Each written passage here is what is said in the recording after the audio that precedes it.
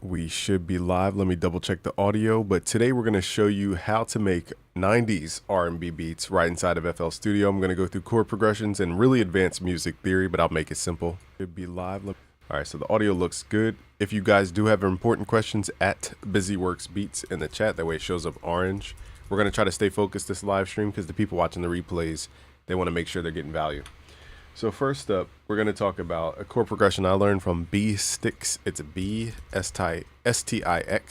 Super fire with all his R&B videos. They're just super inspiring.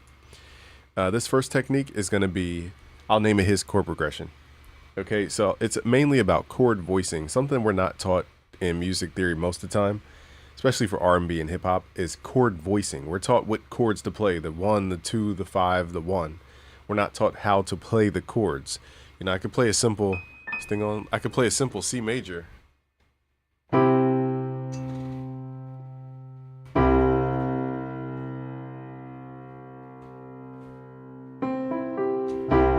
But that sounds boring. And then I can go, we could do 2, 5, 1.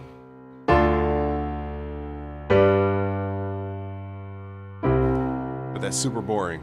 He says, I'm your fan. Thank you for the fire information. Thank you for hopping in.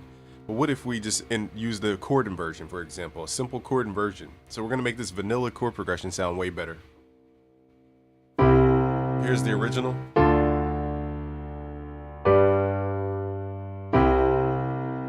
Now, what if we did a chord inversion? So we're going to do, let me show you guys on the screen first before we start making all these advanced techniques. So instead of 2, 5, 1, meaning second scale degree, fifth scale degree, tonic, which will look something like this. See, all the notes are all over the place. A common technique in R&B is to figure out a way to make your notes closer without doing too many jumps across the keyboard. What if we pulled down using what's called a first inversion? So technically we're pulling the root note up an octave, but really we're pulling these notes down. Okay, so what if we played it this way? This would create a more gospel-y sound. So now instead of playing G major the normal way, I'm playing it to where B and D are at the bottom. So let me slowly kind of map this out. What's up, McDonster?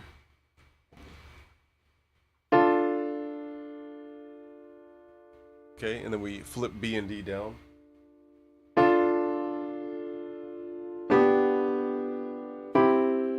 Now we have a more gospel sound, simply from doing that one chord technique. And this is the stuff we're not taught. This is how Scott Storch got that bring, bring, bring, bring, bring, bring, bring, bring, bring, bring. It's a chord inversion. We're not taught that normally because, you know, most people teach you music theory in a classical way. So I'm going to show you guys how to break those classical rules to make your stuff more R&B and soulful. Save your questions for later, especially if it's kind of off topic. We're staying on topic today because we have to make sure we add value to people watching the replay. But I will answer more questions later. All right, so the first chord progression, I'm deeming this the B-Stix chord progression because he showed me this. He's awesome. I recommend you guys go subscribe to him on YouTube, B-Stix. So something he taught me was the nuance of the 9th chord, which I overlooked. So firstly, we have a D minor 9th chord, okay? And then normally I would move into the dominant 9th and then into what's called the tonic. Okay, now we're starting to speak a little music theory and ease. But if you guys want to learn music theory and ease from the ground up, I mean, absolute ground up, step by step, go to busyworksbeats.com/premium because I have a new what's called Black Box Bundle, which has all of my courses, 68 plus courses in there. It has all of my plugins, which is 6 plugins. It has all my sound packs all in one package for the end of the year. Okay, so I made sure I created an offer you guys would actually find value. Like it's $14-something thousand worth of value in one package. And I'm not going to charge you $14,000. Okay, so it's the value of the year. So go to busyworksbeats.com/premium. So the D minor 9th chord is usually where I start. It's one of my favorite chords. Now I'm using my plugin called Hypnos right now. So if you guys want to kind of quickly listen to the sound of Hypnos, it's more modern and more for R&B leaning. Okay, so that's the D minor 9th chord. Now what B-Stix showed me is a cool way to move into, normally, again, I would use the G as the 5, but instead he used it as the 4, which I'm going to speak music theory and ease for people who understand. When you go a 5th up, it's also a 4th down. Okay, so the sound's more complex than what it is. Let me show you guys what I mean. So if the C major scale, okay, is all the white notes starting from C. Okay, it's just all the white notes starting from C. When I say the second or the the second note of that scale. A scale is a sequence of notes that people like. That's all it is. There's different scales for different cultures. Here we have C. This is the first note of the scale. D is the second note of the scale. So we call that the second scale degree. Okay, you can build chords using scale degrees by starting at each scale degree and skipping every other note within your scale. So we're starting at D, we're skipping E, going to F, skipping G, going to A, skip B, go to C. And what you could do to make this even more complex is continue skipping notes up the scale. So starting at D, the second note of the scale, the second scale degree, we could skip E, go to F, skip G, go to A, skip B, go to C, skip D, go to E. This is called a chord extension, okay? The more extended you go, the more soulful it will become. Thank you everybody for hopping in. And what I'll do today is show you guys what we normally would play. So normally I would move to what's called the fifth or the dominant chord. The fifth is the fifth note of a scale. This is the first, second, third, fourth, fifth.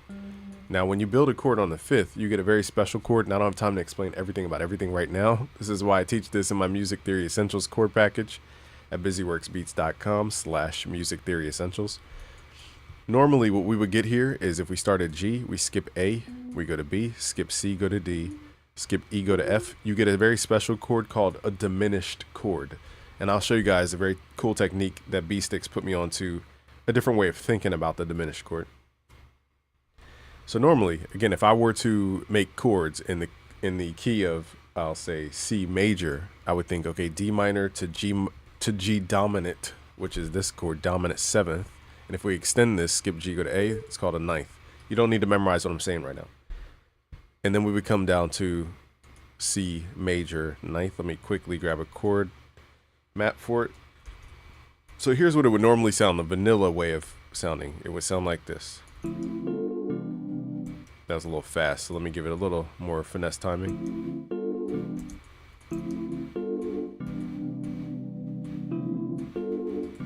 So this is the normal way. Now, I'm going to show you how to instantly level up this chord progression. Firstly, is we're going to introduce what's called an altered chord. Anytime we use dominant chords, we can alter the fifth and the ninth, and that will change the way we perceive the chord. So let's sharpen the fifth and the ninth to give it an R&B sound.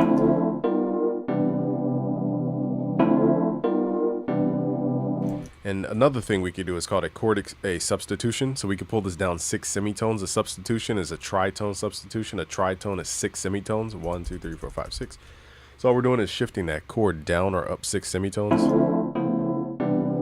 And now it has a smoother transition into the next chord. And this is where we get into chromaticism. And I teach chromaticism in Melody Mastery, my new course at busyworksbeats.com/melody mastery. You get all this stuff in the black box bundle, by the way.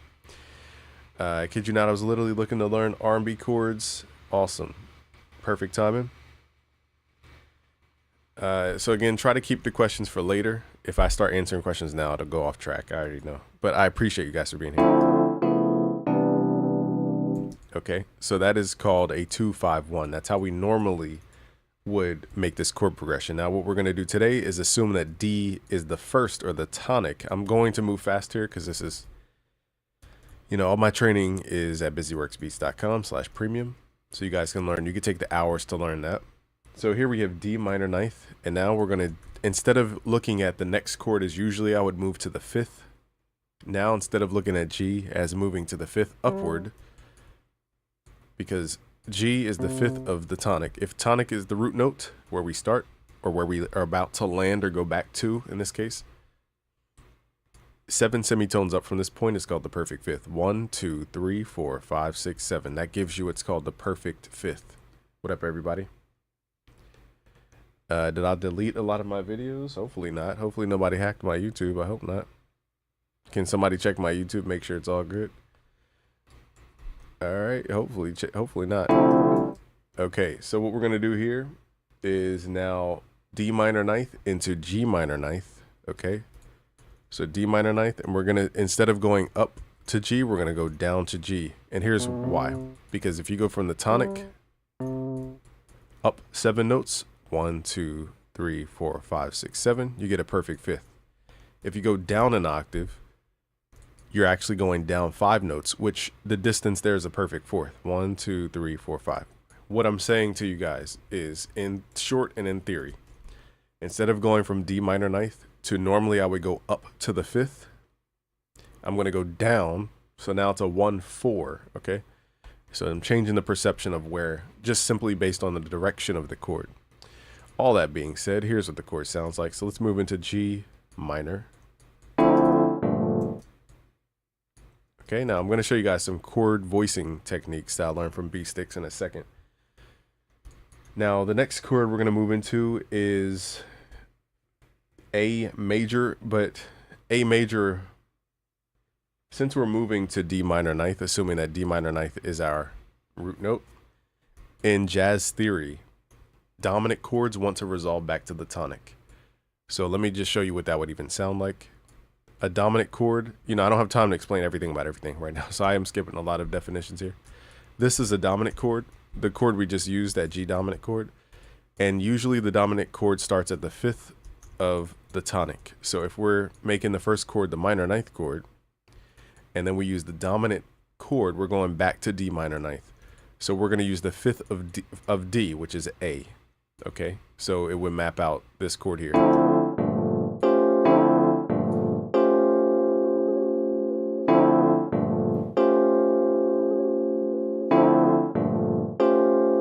And that tense, that dun, what up?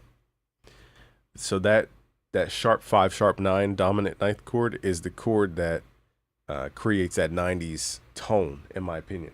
Okay, so I discovered that studying jazz theory. And again, shout out to everybody who's here. I would love if somebody checked my YouTube channel, make sure all the videos are still there. I had 2-factor verification on, so hopefully it's working. All right, okay. So nextly, what else is there to show you here? Okay, so instead of using the A the way I would use it this way, whatever, every, instead of, doing all this revoicing, I'm just going to use a normal A dominant ninth. But this time, we're just going to leave out the chord extensions that make it a 7th and a 9th chord. But essentially, it's the same root 3 notes that would create this chord type. Hopefully that makes sense. Here's what it would normally be voiced as. What's up, Josh? Okay, thank you, Josh, for verifying that, because our guy says, did I delete more videos? I was like, I don't know. Hopefully not. Appreciate that, Josh. Okay. So what we can do, though, instead of making these chord extensions, we could just get rid of them and play the triad. So this is something I learned from B-Sticks. I just never thought to reduce a dominant chord to its triad. So once you guys understand the power of dominant chords, I do explain this. I know it sounds like Chinese right now, but I just simply don't have an hour to 2 hours to explain the fundamentals of dominant chords, where they come from, how to change them. That's what I teach in my courses. And I keep talking about these courses because you guys keep asking me. And this is the perfect time to grab all my stuff all for one. And I do offer payment plans too. All right, so now we have the A major chord. This is the cool part. Let me slow this down a little bit.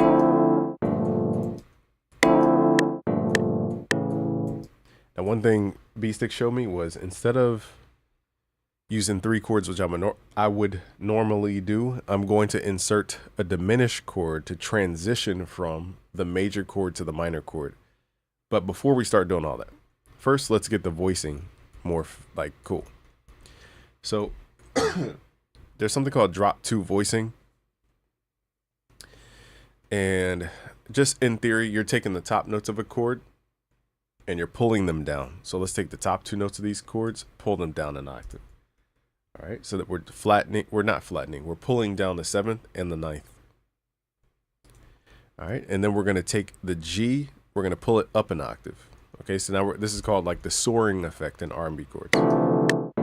That's a little dark, so let's pull it up an octave. What we're really listening to is, whoa, that is loud. Holy crap, sorry, y'all. We're listening to A, G, and then E. That's what we're really listening to.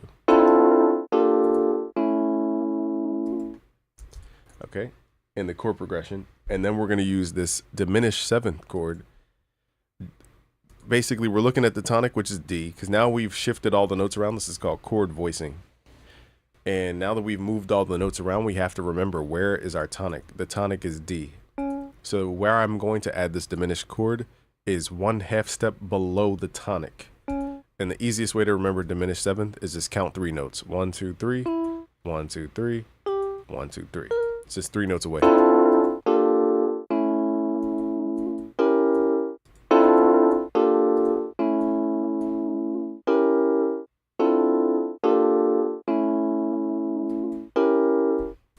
Let's pull this down an octave. It might be too dark.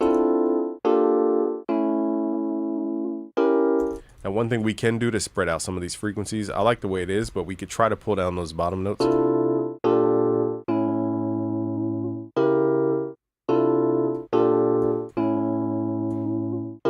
And my ear wants to hear. Dun.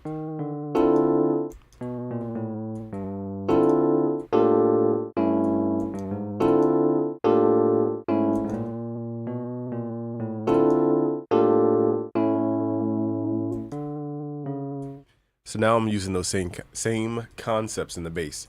Tonic to the 5th, which is 7 notes away from the tonic. I'll answer your questions once we have a question break. Right now, I'm trying to stay focused for the people who are watching for the concepts at hand, so bear with me, y'all.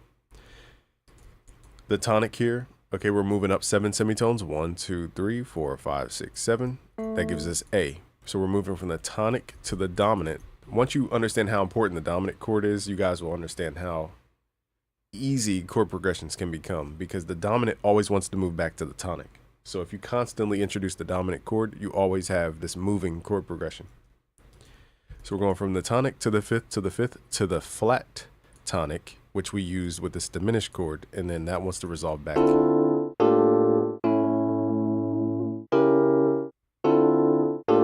Now it's just a matter of swapping out the sound. Okay, so that's our first chord progression for today from B Sticks. Now let's add a little like humanization to it. Let's add some strum.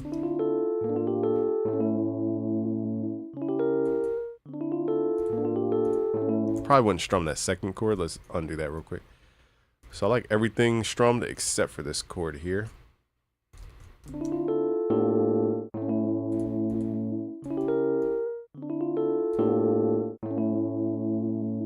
Now it sounds out of place.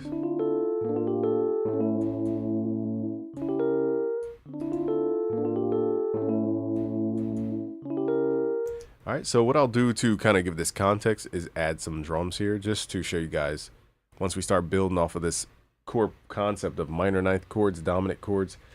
So for the theory and ease people, what we did in that chord progression is we went from D minor ninth to the usually it's 2-5-1, D minor ninth, G dominant ninth to C major, or you could even do D minor ninth, dominant chord ninth, and then into the relative minor. I know I'm speaking music theory and ease right now, but instead we changed the perception by going down to the 5th, which makes that a 4th. Okay, so that's the whole mental change, is that we're going downward instead of upward, basically, in short.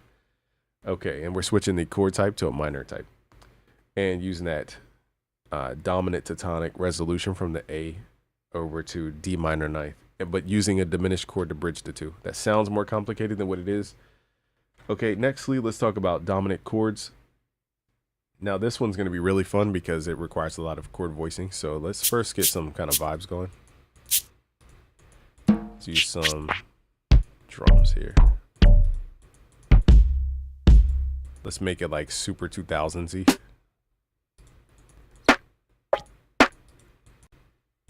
All right, let's slow this. Let's go to like 92 is probably a beat. All right, for these samples, sometimes you got to reset the root note. I hope FL comes out with a big shortcut or a macro where we don't have to manually do this for each. There probably is a macro I need to check. Okay. But if your drum samples ever sound weird, that's why. Most of the time, if they're older. Okay, so boom, ta ta ta.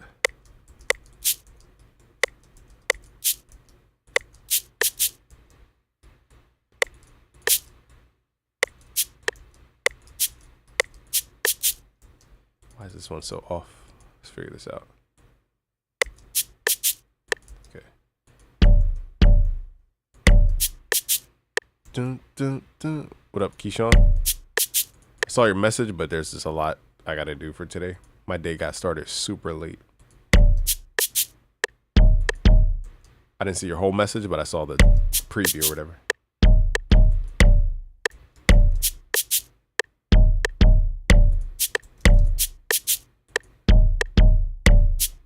So one thing about 90s R&B, they delayed their snares. So instead of putting it like, hold on, I gotta fix this snare. Instead of putting the snare right on the 2 and the 4, I'll cover other type beats, maybe a different live stream. This one's just 90s R&B, but I appreciate y'all asking though. So instead of putting the snare right here, snare, we're gonna put it on the second hit.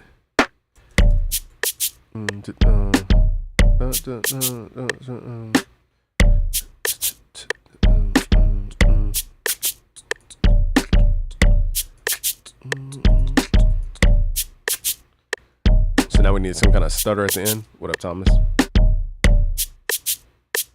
Okay,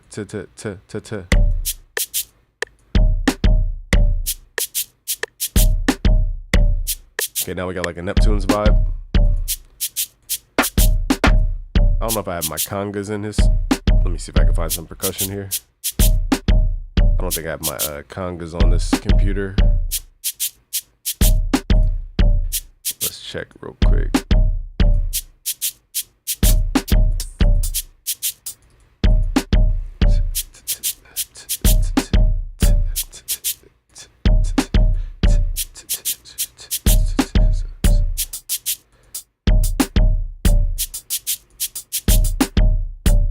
What up, Pravind? Shout out to everybody who's here.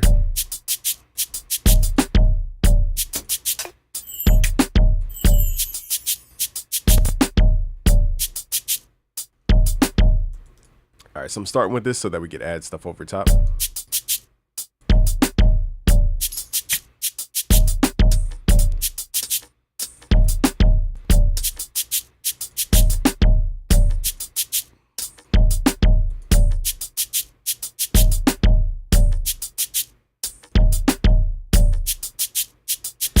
I wish I had my congas. Wonder where I can find some conga drums.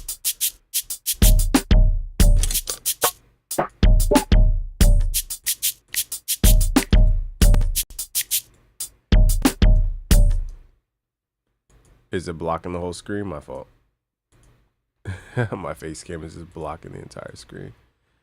Yeah, no need to see my face anyhow. Thank you for that.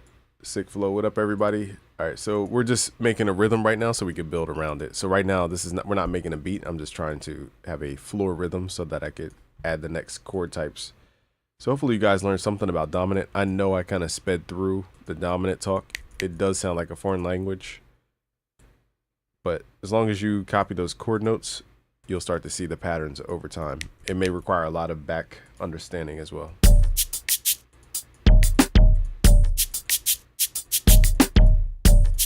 All right, so now I'm just adding little grooves.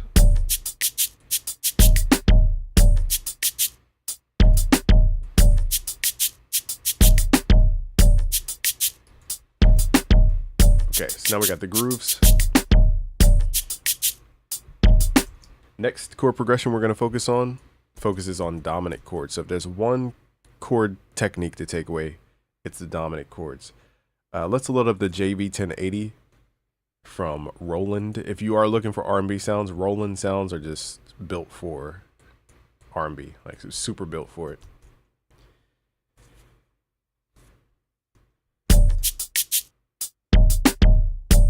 You said instead of the 3. I think I know what you mean.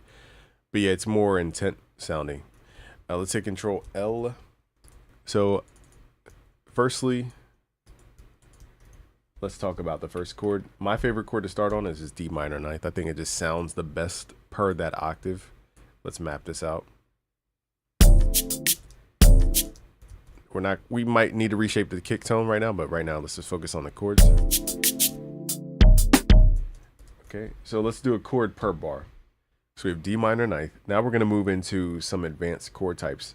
The theory here is that we're using dominant chords to go back to the tonic of something. So if D minor ninth is the tonic, Okay, where do we want to move? We want to move to, in this case, C major 7th. So how do I go to C major 7th? I'm going to use the dominant of C major 7th. What's the dominant of C major 7th? If my root note is C, count up 7 notes. 1, 2, 3, 4, 5, 6, 7. That gives me G. So I need to make a dominant chord starting at G to move back into the C major chord. So once you learn this dominant to tonic thing, you guys will understand a lot more. You said you ever sell any of these beats? I mean, you could download them from the project files. So if you guys were unsure, project files are always hosted at busyworksbeats.com/FL Studio. You're free to do with what, make $1 million with it. I could care less. It's all yours. But yeah, I offer the project files. Thank you. Yeah, it's just when people are here and they're around, I like to tell them my mindset so that they're not thinking that they're just sitting around thinking I'm ignoring them or something. Because I've had people where sometimes it took 2 weeks to make a video for them. I sent them the video and they just ignore it. I'm like, well, like I had life going on. It takes time to do stuff sometimes. So I don't know. Anyway, D minor 9th. Then we're going to move into what's called a 13th chord, a dominant 13th chord. We're going to start at G. So instead of dominant 9th, we're going to move into dominant 13th. This is going to lead back to C major again, which is the tonic. Let's do a major 7th here. Let's do C. Okay, so what am I doing? Like, what's the pattern here? We're making a dominant chord from the 5th of wherever we're trying to go. So if this, my head might be in the way, so let me open it. So if I'm trying to move to C major, in this case, I need to use a dominant chord right before it to lead back into C major. So that's my mindset. I just need to have a dominant chord before I reach where I'm trying to go. Oh, sick. Okay, dope. What was I doing here? So now let's show some revoicing here to make this more R&B. So here's what it sounds like by default. It sounds very vanilla. What up, Andrew? You could leave it like that. I mean, there's nothing wrong with that. It just sounds, I don't know, it just sounds too far apart. Now, also, too, if we're moving back to D minor, what is the 5th of D minor? Start at D, count up 7 notes. 1, 2, 3, 4, 5, 6, 7. What's our rule for this chord progression? We're going to use the dominant chord starting at this point. Let's grab the chord stamps. Let's go to a dominant 9th chord, which is just the number 9 in this case. And let's use an A dominant chord. Okay, so that's my mindset. Now we're going to use what's called altered chords, changing out the way these chords are played to add more R&B-ification to it.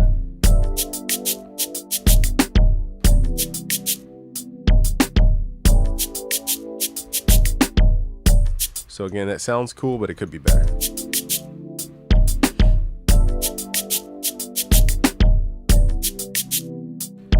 Okay, I found a cool exercise.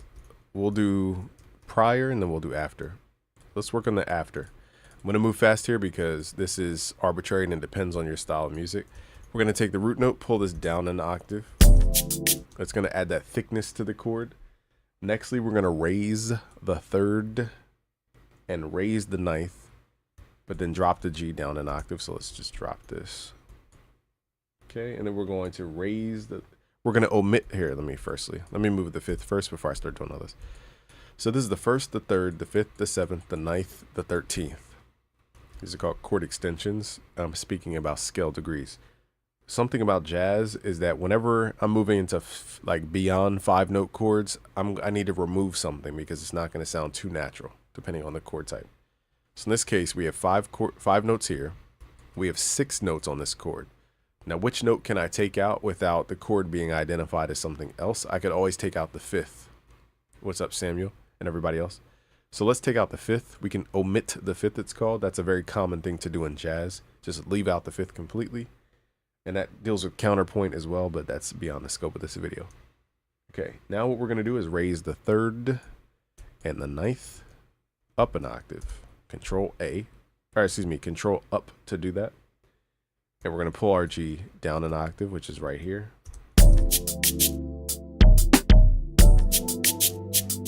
And now we're spreading the notes. It's going to sound more R&B-ified. The theory here, I'm not trying to bore you all to tears. It's really about just what sounds good. But basically from here to here is a semitone. So, I mean, a tritone. I was trying to say 6 semitones, which is 6 semitones away. So here at F, it's 1, 2, 3, 4, 5, 6. That's called a tritone. It's the furthest distance you can go from one note to another note, and that's what creates that tense sound. There's no further distance than 6 semitones from any note. From here, we're stacking perfect fourths. So it's 1, 2, 3, 4, 5. That's a perfect fourth. 1, 2, 3, 4, 5. Another perfect fourth. So we're just stacking perfect fourths over top of the furthest distance you can stretch notes. And it's the balance of super far away and then super cohesive in what we call harmony. So that's what creates that tone. Now we're going to bring the C down an octave just to fill out the bass octave. Lastly, let's pull this A down. And what I want to do here is raise the third and the fifth. I wrote notes. All right, so we're going to rate. Let me firstly do this. Let's take these notes. Usually what makes a diminished chord sound bad is just playing it as is. Like if I play, it just sounds too tense.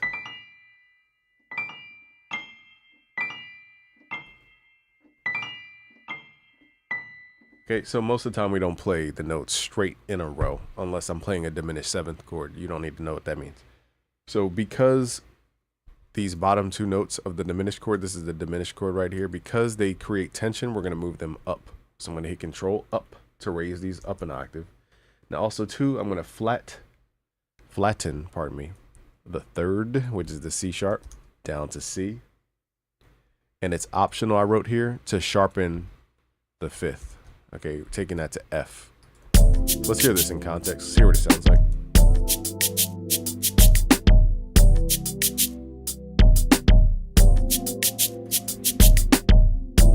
Now it says tune the kick.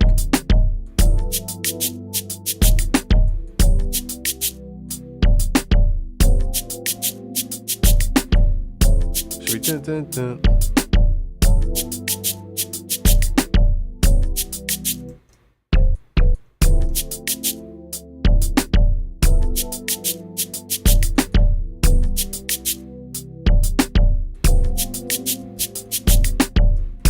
That's how we get that R&B vibe.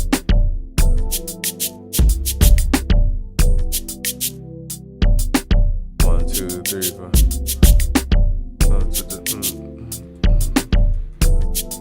All right, so let's play the before and after. Here's before, you know, the simple chord voicing, and then let's play the after.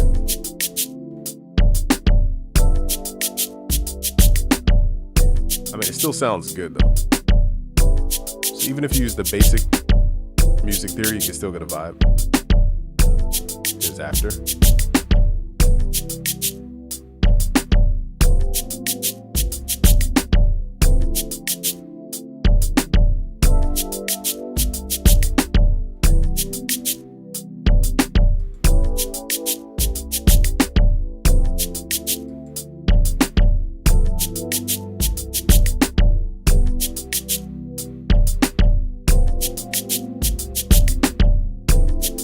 Okay, so the theory here is that we're going from D minor ninth. I'm going to wrap this and then move into the next dominant explanation, and then we'll do one more and then we'll get to questions. Okay, so try to save your questions until 2 more segments and then we'll do questions. So to explain the theory behind this, we're going from D minor ninth to the dominant. Remember, my brain is going, okay, we're starting off on a chord, then we're going somewhere. Doesn't matter where we're going, but then we're trying to land at a very specific place. So wherever I'm trying to land, the easiest way to get there is to use the dominant chord to lead into wherever I'm trying to land. And the way I figure out the dominant chord, I know you're good. I was just talking out loud. The way I know the dominant chord is to take this tonic note, count up 7 notes, 1, 2, 3, 4, 5, 6, 7. And then from this specific point, in this case it's G, we're going to make a dominant chord starting from that point. There's dominant 7th, there's dominant 9th, there's dominant 13th chords. You don't need to memorize them, but they're the chords in the chord stamps if you go to advanced with just number. So if you see 7, 9, 13, those are called dominant chords. And I teach what that means in my Music Theory Essentials course package. Again, go to busyworksbeats.com/premium to learn more about that. So we're going from the dominant chord, which is a chord I like. Then we're saying, okay, I want to go to C major, which is the next tonic I'm trying to create. but I don't know what chord to use. Let's use the dominant chord to fill in that gap. So G in that case is the gap. Then we hit the tonic. And then I'm saying, how do I make this an infinite loop? I go, okay, I want to go back to D minor.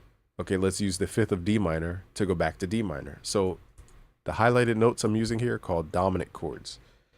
And the next concept I'm going to introduce to you guys is called secondary dominants. You don't need to memorize like this terminology, but once you grasp the importance of a dominant chord and what it sounds like, you're like, oh, that's the chord I was looking for this entire time. Okay, so we have all these chords. Hopefully I saved that first chord progression. All right, so here's our first chord progression. Let's see if it matches the kick.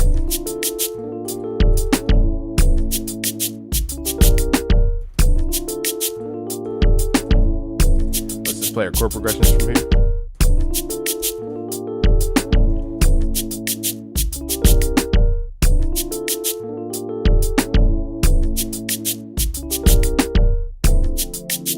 Now here's regular voicing.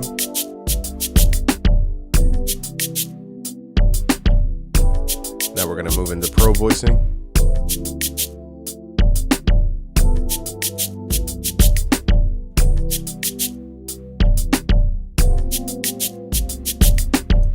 Okay, so hopefully you guys can see we're getting a vibe with these chords. Next, we're going to add the SRX world at a different time here. Let's open up Nexus. There's a cool patch in Nexus 5 that I saved for the piano called Maximum Smoothness. Okay, we're going to use different sounds just so you guys at home can hear the differences here. Okay, now what we're going to do is use secondary dominants. I'm going to move kind of quick through this. So just listen more than you're listening to what I'm saying. Just listen to the music and you'll understand how powerful this concept is. So let's start at D minor ninth, which is one of my favorite places to start in general when it comes to R&B.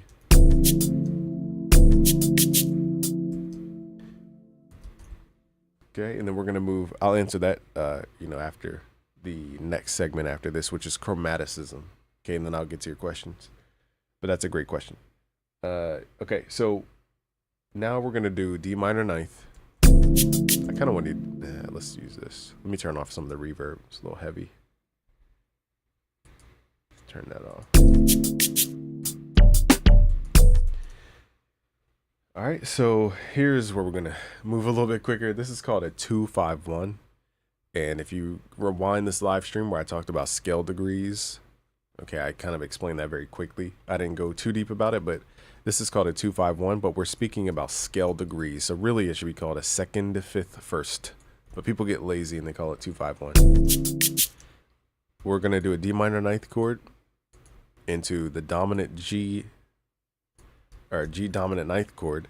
My favorite thing to do for R&B-ifying it is taking what's called the fifth and the ninth, hitting shift up to raise the fifth and the ninth. It just has a super R&B sound to it. And then we're going to move into the major ninth, which is our tonic chord.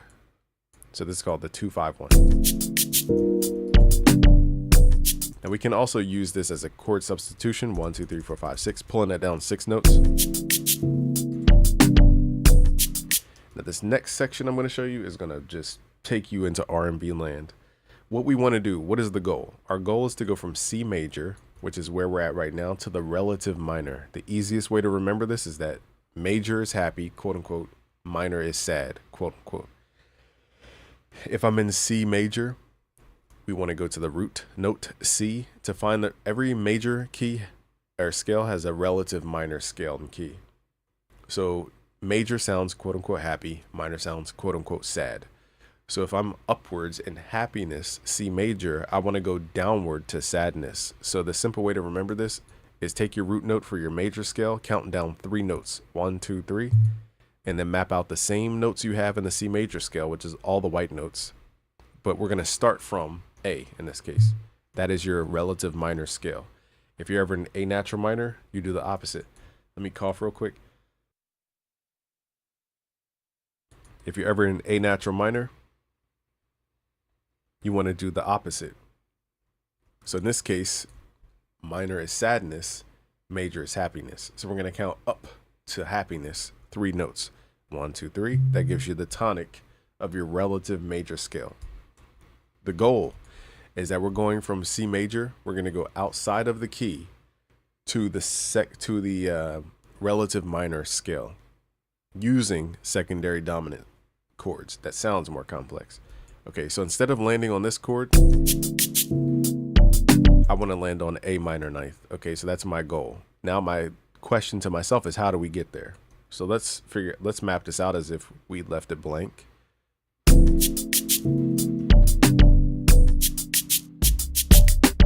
Now I'm like, okay, what other two chords do I add in here? Okay, so that's the question. Which other two chords do I add in here? What we can do is a 2-5-1, but in this case, we're going to work backwards. We're going to take, this chord type. We're going to take the tonic of our relative minor scale. Find the fifth, which is 7 notes up from the tonic. 1, 2, 3, 4, 5, 6, 7. So E. We're going to do the same exact thing we did over here, but this time we're going to leave it in root position. So we're going to make a dominant ninth chord starting at E, which is the fifth of wherever we're landing, which is A. This is called the dominant to tonic relationship that I talked about this whole time. Now we're going to take the fifth and ninth, raise that up a half step. The only difference is I'm not going to create what's called a substitution, moving it down. I'm just going to leave it here. So here's what we have so far.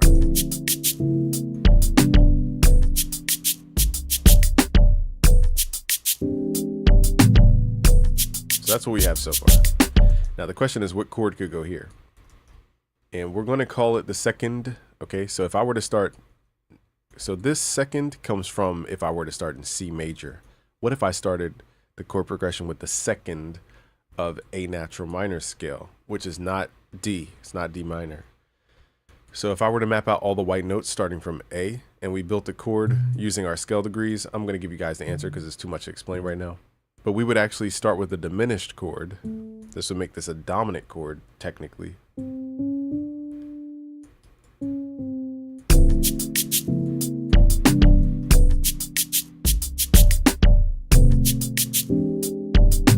Now what I'll do to kind of make it sound cooler is take this middle note here, which, remember, when I move notes around from the diminished chord structure, it eases up on the dimension, the tension in the diminished chord. So where's the diminished chord? It's right here, 3 notes away from each other. We're going to take the middle note, pull that up an octave. I actually want a different sound. This sound isn't giving me what I wanted. So let's pull it back to the J, V.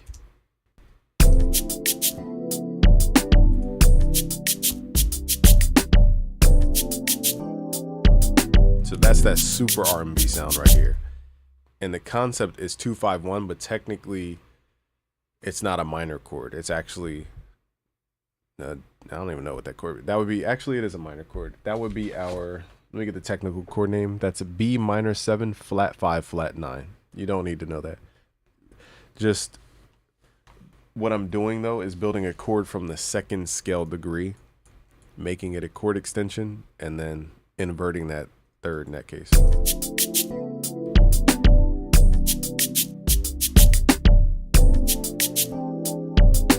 it's all about that dominant to tonic, dominant to tonic. I'm going to highlight the dominant chords. This is called a secondary dominant because we're not using the dominant of the primary tonal center, it's called, or the tonic, because we're going outside to the relative key. So you could do this infinitely. Let's prove this. Let's copy this one more time. Now, I've only found that the relative key is normally the best one to go to, but let's say you wanted to go out of key even further. Let's use this technology here and let's go to a different key. Let's go to a different chord, I meant to say.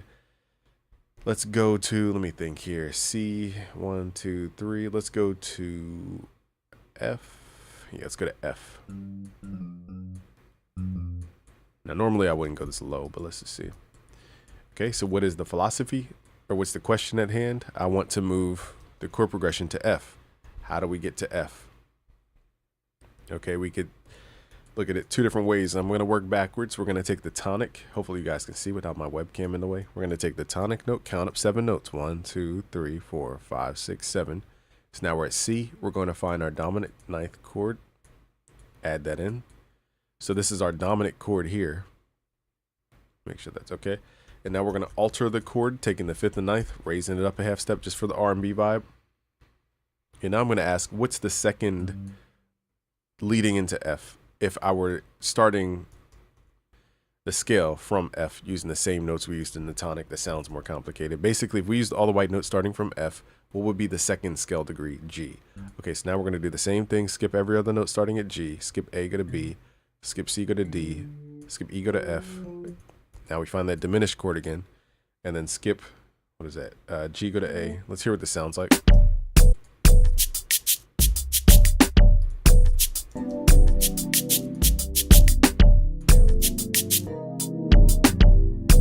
So this is kind of dark because we're so low in the octaves. Let's pull this up.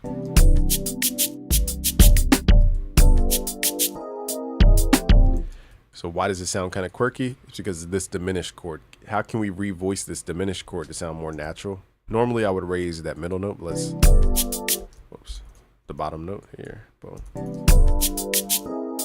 But it still sounds quirky. So now this is where you would have to exercise chord voicing on a high level, because now we're going into a key that isn't perfectly next to our tonic.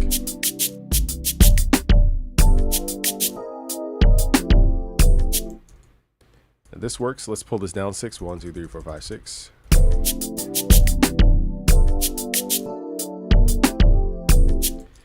I like this tone, but it's something that could be moved. Let's try to get that diminished chord, which is right here. We need to break this diminished chord up some type of way. So I'm going to start moving these notes around. Let's see which chord voicing.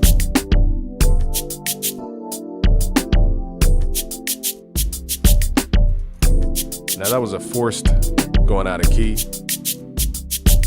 We could also use dominant 13th too. We don't have to use dominant ninth. I'm just using dominant ninth for now.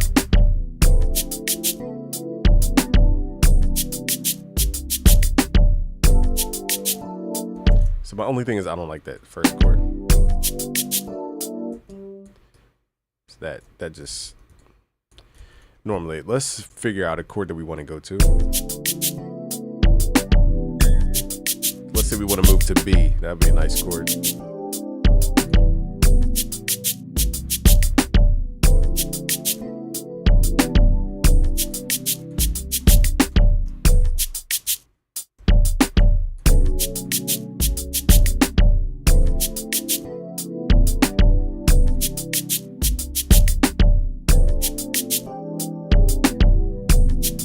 Let's add this dominant chord in here.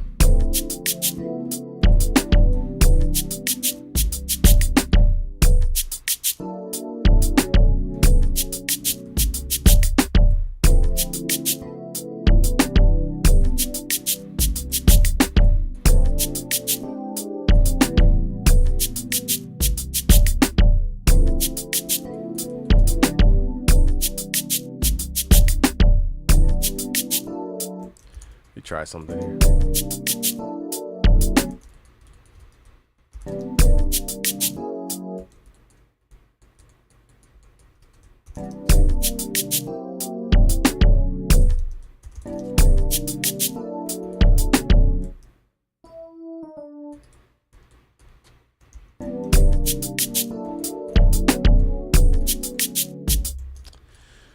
The ending, again, we're trying to force this to teach something, but would I normally do that? No.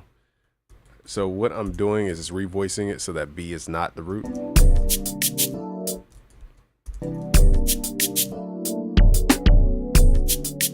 One thing I like to do too, so I'm really going really far off the deep end with the chord voicing here, is for 7th chords at least, I'll drop the tonic and drop the 5th down a half step. Let's try that with this. Now, the tonic, the 5th, and the 9th are basically the same relationship of distance. So let's pull that all down a half step. Let's see what this sounds like. It may or may not sound good.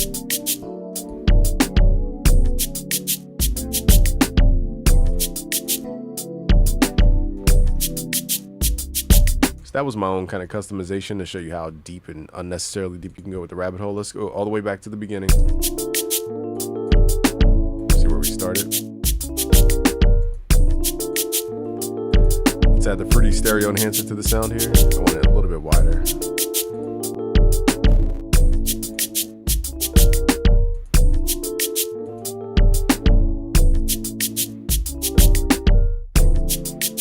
And next we're going to talk about chromaticism, and then we'll do a Q&A. And maybe I'll make an R&B beat after this, using all these concepts combined.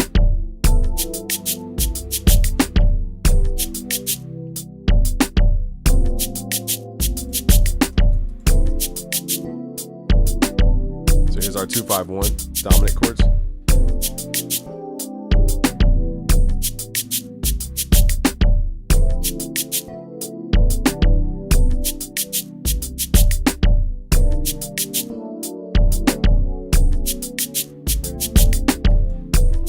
That's how we can go out of key and lead somewhere.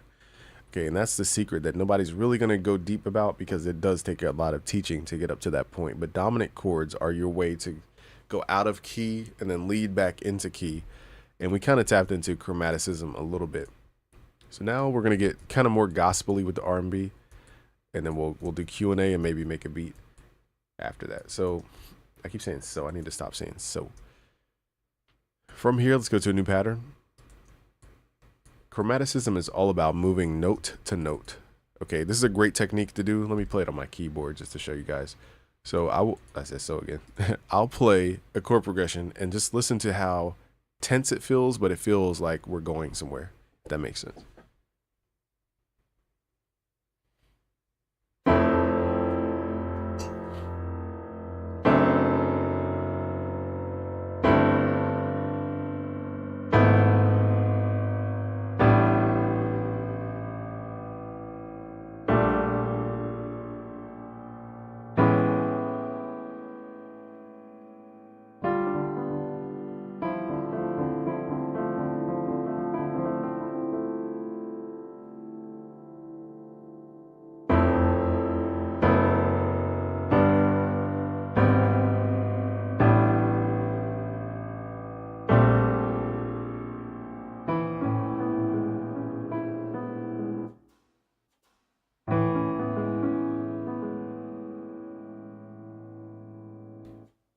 Here's another technique. Here's a technique you guys can do at home. So if you want like a drill for yourself, start somewhere on your keyboard and then figure out the chord for the next note, up or down. I wish I could show you guys MIDI, but just listen to what I'm doing here. I'm basically going from, and I'm figuring out a chord that makes sense. This is a chord Kronos, by the way, chord Kronos 2. So I'm figuring out a chord that makes sense per the note I'm at. So this will take some time, but let's try to play something.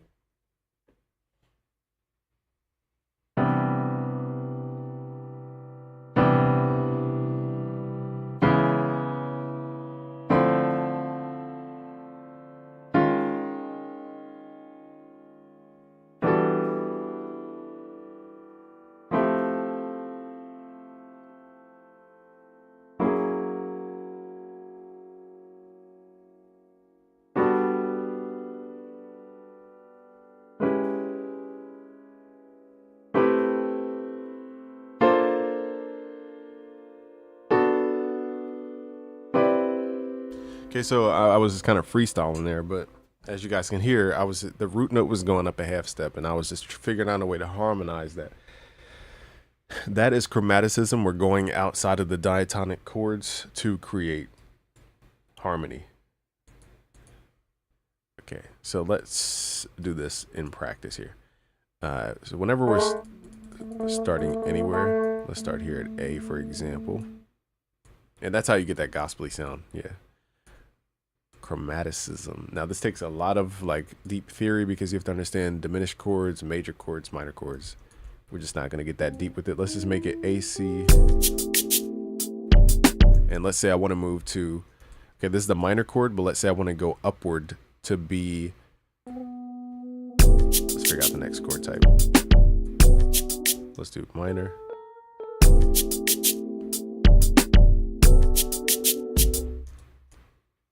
And then let's say, let's do a C major. Let me see if I can do a major ninth here.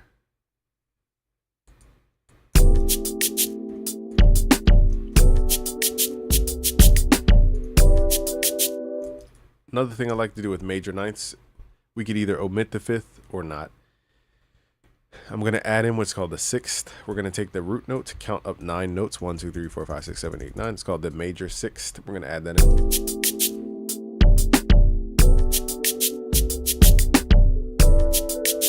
And I want to revoice this a little bit so it's not as bright.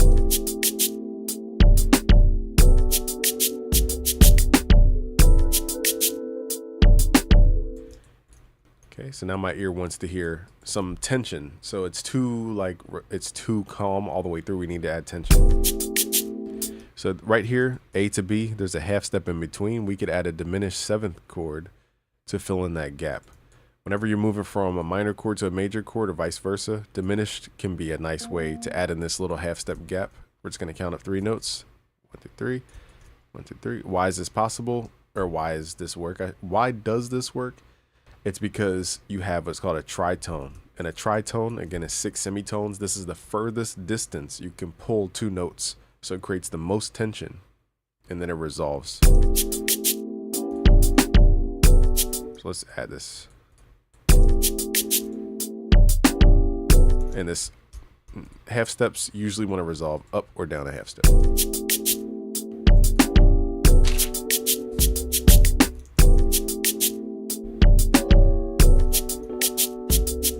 Wasn't this greatest?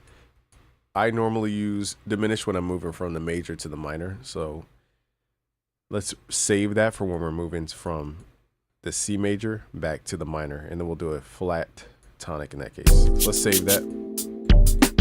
So let's think of another chord change we can make. Let's slice this chord. Now, if I want the chord to feel different without doing too much, one thing we can do is simply drop the tonic in the 5th. If we're playing minor chords, we could drop the tonic in the 5th down a half step. Now, if we're going up to major, it might make more sense. Let's try this real quick. Make it augmented.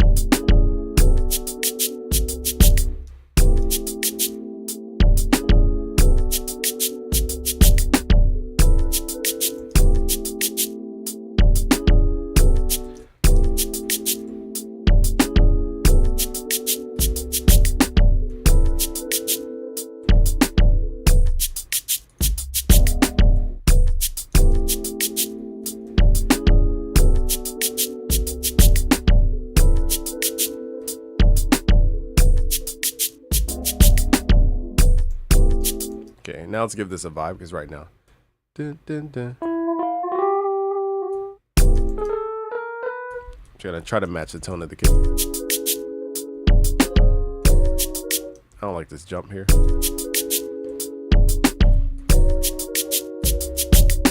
That was kind of forced anyway. Let's hit Alt S. I'm just trying to shift the chord to match the kick tone.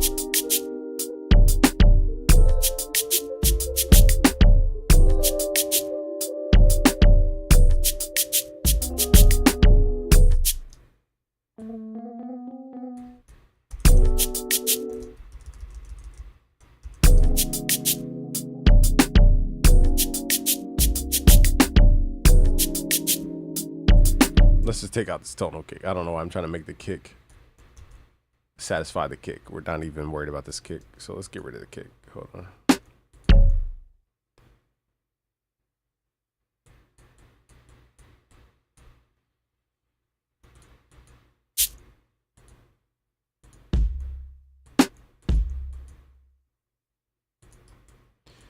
Okay, what I'm doing now is just getting rid of that tonal kick because it's starting to F up the way we perceive chords. It's not that important. How do you guys on PC write your drums? This is like, I have to work with this little tiny dot on my screen for the channel rack. All right, so what else? Give me a second, y'all. I'm just translating the drums here.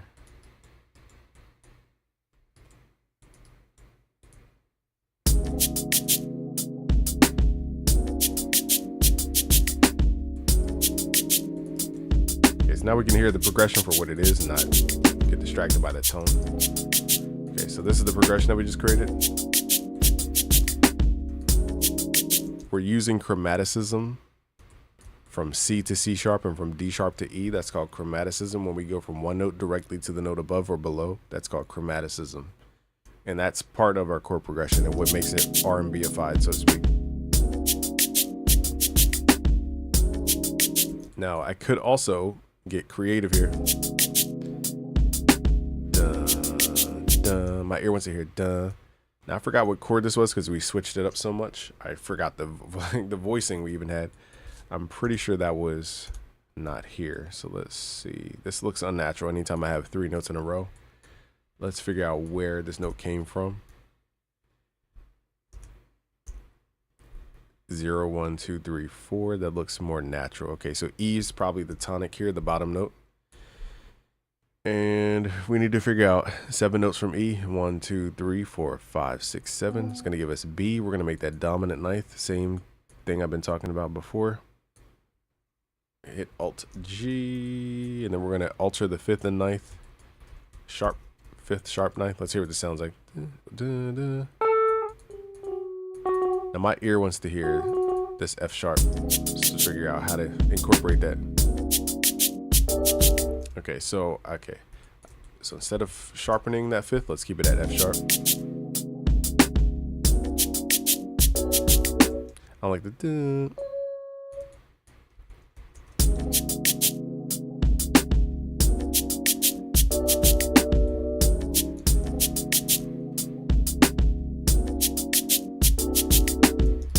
Let's take out the 9th.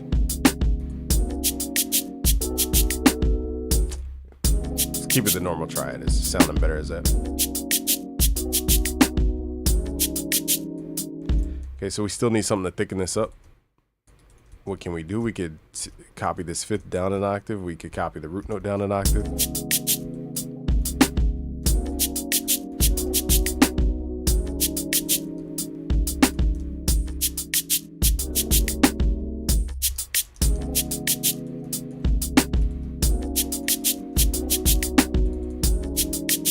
Okay, so what I did here for demonstration purposes is simply add that where a dominant chord would go to then resolve back to the next tonic. That's what I'm trying to show you here.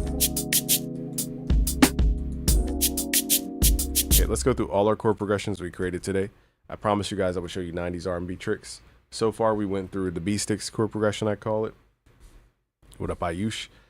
We went through dominant chords and secondary dominants. We went through 2-5-1 chord progressions, and we went through altered chords as well as chromaticism. So if you paid attention this entire live stream, you learned at least 4 major concepts plus 2 extra concepts for making R&B. Let's hear all the ideas we came up with today.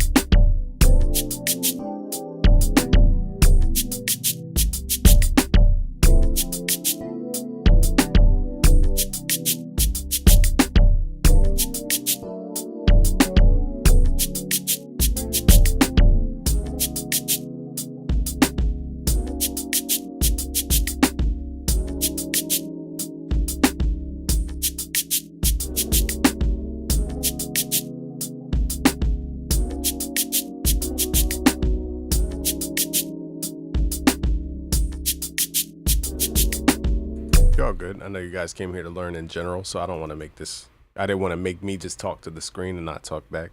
But I learned from my last live streams, I was interjecting so much that it killed the whole teaching process. So I wanted to make sure for sure we get the teaching out and then do questions.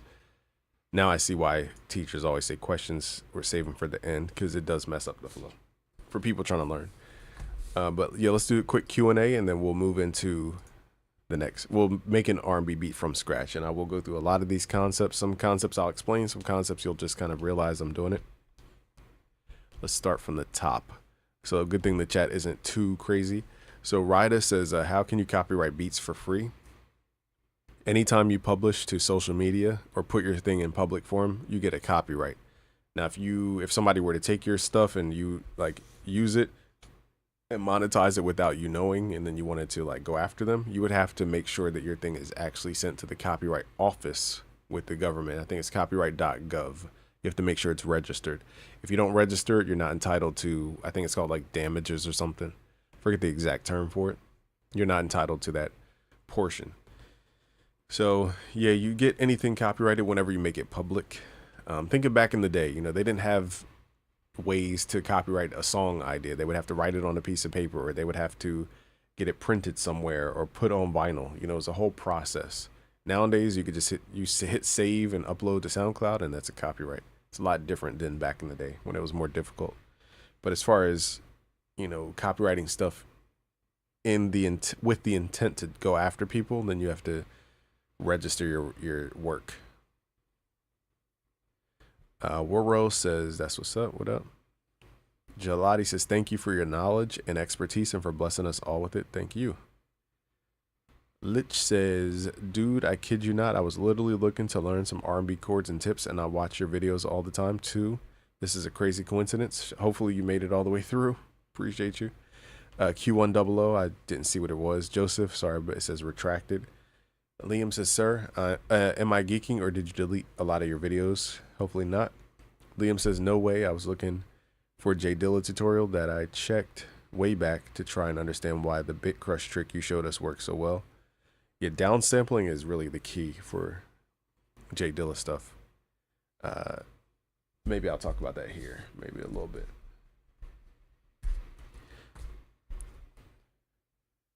And I'll show you guys, let's do this. Let me write some notes. Off tempo and then also downsample. And I'll show you guys another plugin. Hopefully I still have the trial of it. It's called Genome, but I'll get to that when I get to it. Revy says, what's up? How's your day going? Chilling, living life. Josh is here. They're there. Thank you for that. Liam says, they likely are, sir. I'm just, he says, and I'm just high and didn't look hard enough. Sorry for bugging. Okay, that explains Liam, his conundrums here. Josh says, your videos are still in there. Thank you. Thank you, Liam. All right. Samosa says, who are some of the major artists you have worked with? I focus on brands more so, billion-dollar brands. So I've worked with Razor Music alongside of Metro Boomin, Deadmau5, Anderson .Paak, Murda Beats, Sonny Digital, and somebody else that I keep forgetting to mention. Okay. Worked with the Near Protocol in Web3 when that was popping. I've worked with a billion-dollar company. I've worked with Avid. You guys know Avid that made Pro Tools, billion-dollar company. And I've worked with Sweetwater, billion-dollar company. So I go after the billion-dollar companies because they have money. I would rather do that than chase an artist who won't even be on their P's and Q's about invoices and stuff. Samosa says, can you make a full-on tutorial about Bay Area tutorial? Do I have that plugin on here? I think I forgot to download it on here. It's called The Player. Darn, I don't have it on here, I don't think. I need to write that down. Yeah, The Player VST was made by DJ Idea, and it's super dope. I wish I had it on this computer. It's on my Mac, fortunately. But yeah, it's called The Player by DJ Idea. Look that plugin up. Thomas says, I always appreciate that you speak theory. I try. I'm not like a master musician with theory, but at the same time, some concepts you just have to speak the language. And that's why I teach the language from the ground up at busyworksbeats.com/premium. So that you could at least know what I'm talking about to a degree. Keyshawn popped up in the building. Any plans for Detroit type beats? I never really got into Detroit stuff. I've heard Flint beats. Those are pretty cool. Samuel is here. What up?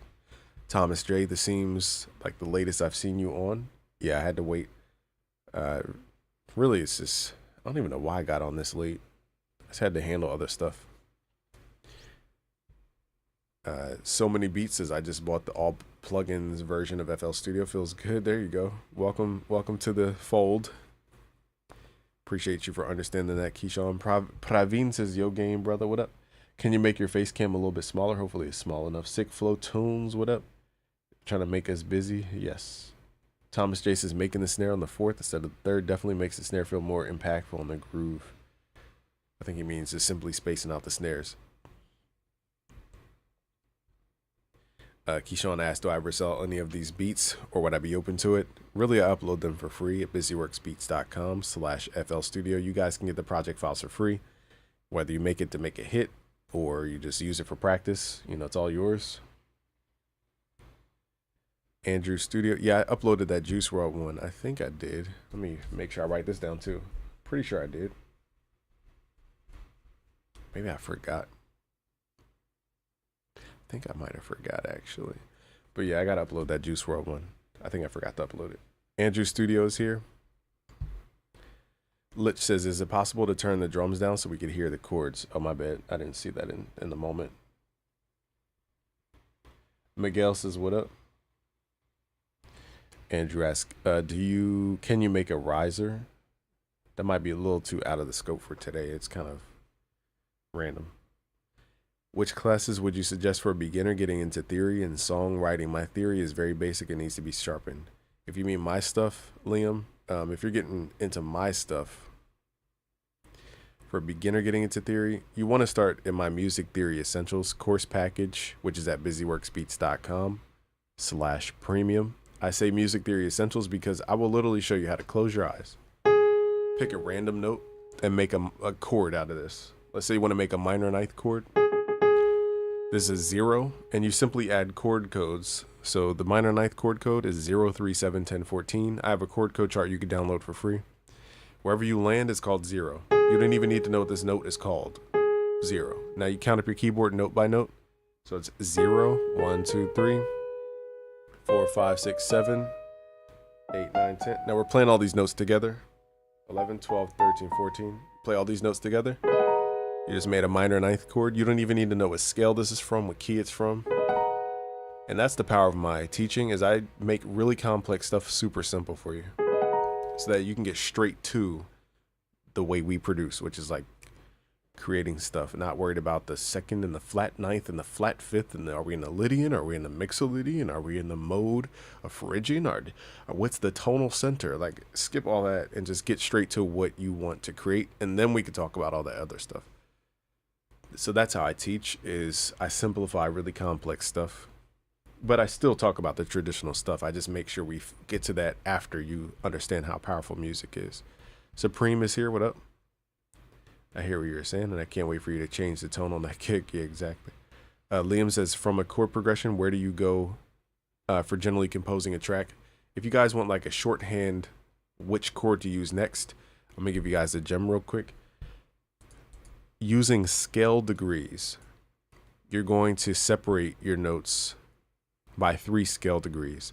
So if I start at the 2nd scale degree, I know I'm kind of like jumping around a lot of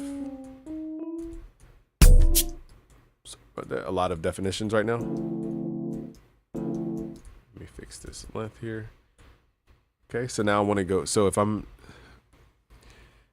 I don't know where to go with the chords, I would say, okay, what's 3 scale degrees from D? If D is the 2nd scale degree of C major, that means we're going up to the 5th of C major in that case, which we're going to use the dominant ninth chord. I'm going to throw my magic on it, the R&B. So we're going from the 2nd scale degree to the 5th scale degree. So I'm just adding 3 scale degrees. 2nd plus 3 is the 5th scale degree, plus 3 is the 8th scale degree. But there's only 7 notes in the diatonic scale in this case. So if there's no 8th, then the 8th is the tonic. Okay, so the 8th will be C in that case. So what we're doing with the chords is just jumping 3 scale degrees at a time. Okay, so let's do this exercise again just to show how I would start from a different point. So let's say I start at C major. Now you do need to know scale degrees for this like teaching to work. We're going to start here at C major. Now let's say you don't know which chord to go to next. Okay, well, I'm going to add 3 scale degrees to C major. So it's 1st, 2nd, third, fourth. So 1 plus 3 is 4. So we're going to move to F major. And then from F, we're going to go 3s up. So at the fourth, 1, 2, 3. Now we're at B, which is a diminished chord.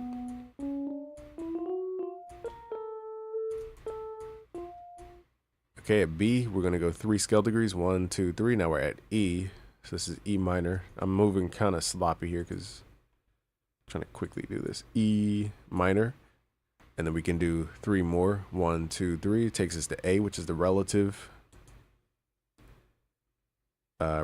key.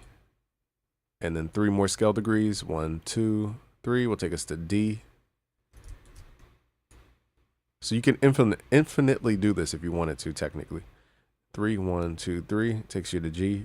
And then 1, 2, 3 takes you back to C. So now we're going G major. Now, am I going to sit here and harmonize all this? Heck to the nizzaw. But you guys can sit here and do that. But that is a way to think about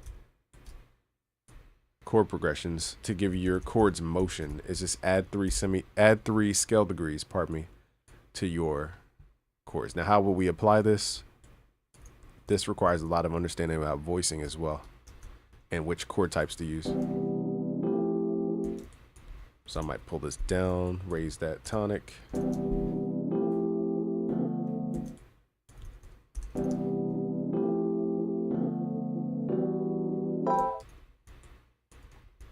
Now, would I normally make this chord progression? No, I'm just forcing all these chords, by the way. People watching the replay.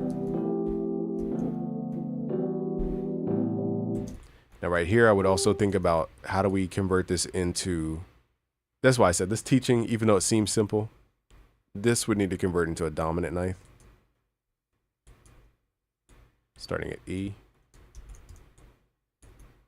That's why I said this could go for 30 minutes more if I really go deep with this. Sharp fifth, sharp ninth. You already saw this.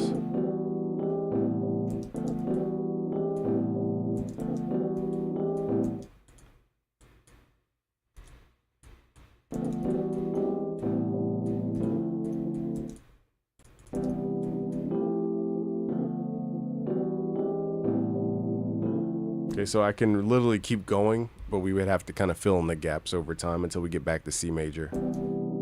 So again, I am forcing a lot of this, but we have 2, 5, 1, so let's make this the dominant instead of a regular G major chord. Now will lead us back to the tonic. And also, I did that in 3 bars. I didn't realize that's how I spaced that out. So let's space this out a little more realistically.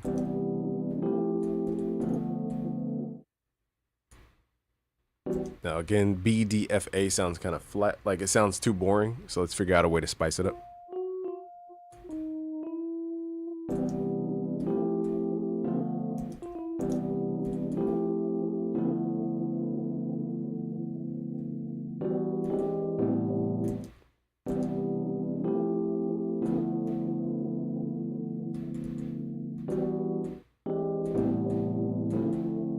All right, so my challenge right here is to make this sound good.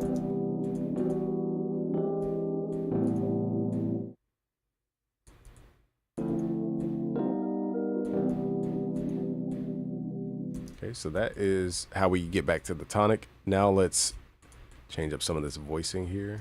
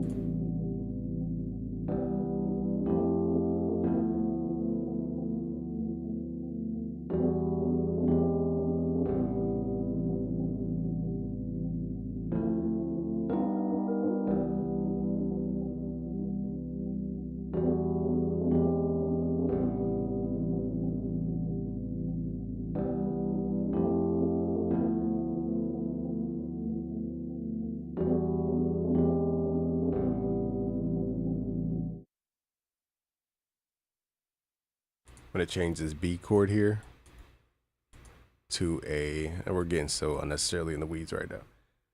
So I'm going to change this to a B minor 7th chord. Let's do a 9th chord for now. B minor 9th.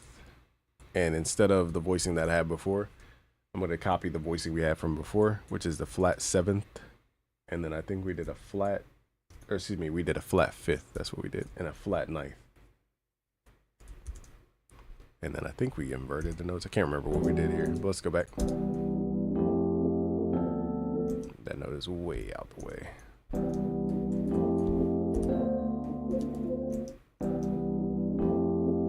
Forget what we did on this chord.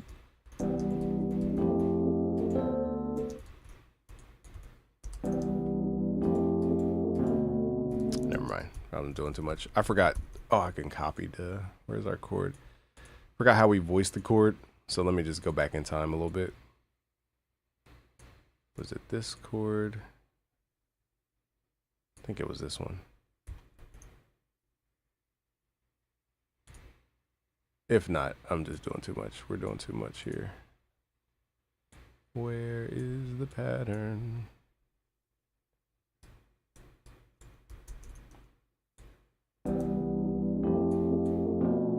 That wasn't the chord. Anyway, I thought we had a different chord from earlier.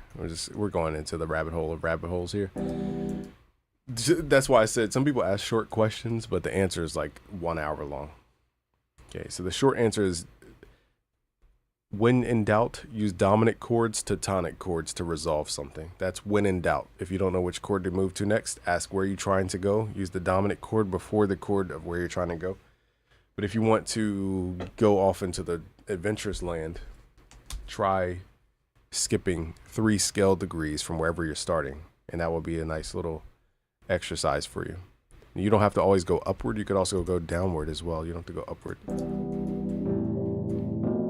So again, we're in a really low octave, so it's not going to sound too good on this one. All right, I went down 30 minutes of a rabbit hole just for that one question. So my fault.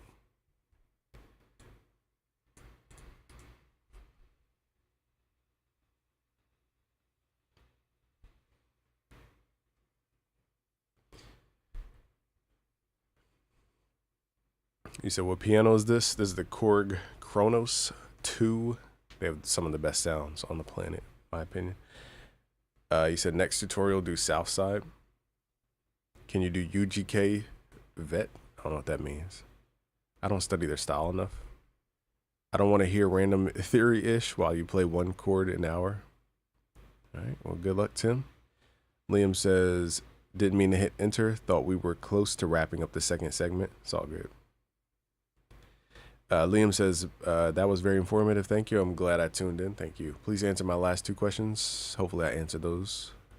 I'm pretty sure I did, if anything. Yeah. It's all good.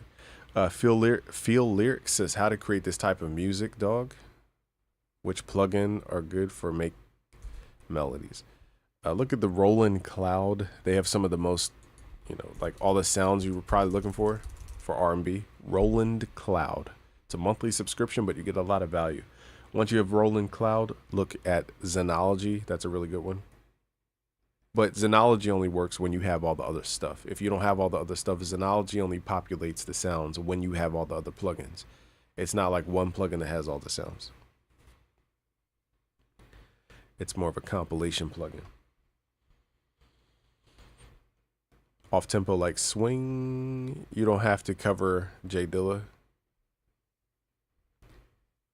I don't think I have a Jay Dilla video, to be honest with you.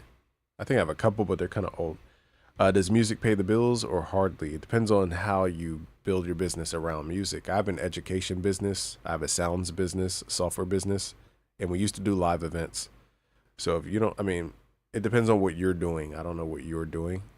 Now, if you just mean loading up, beats to YouTube and praying that somebody goes to your BeatStars, it's a little bit risky.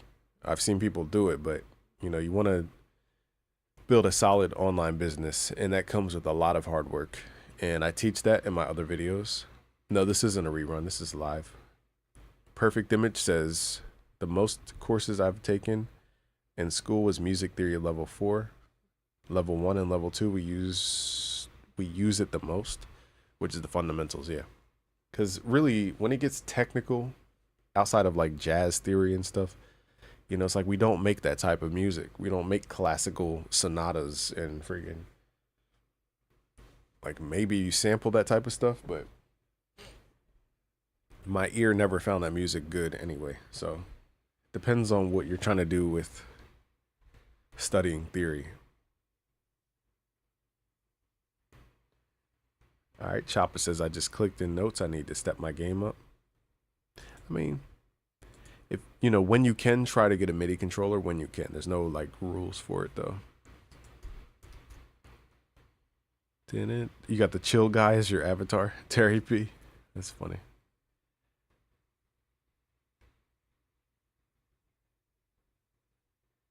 Can you play piano in real life?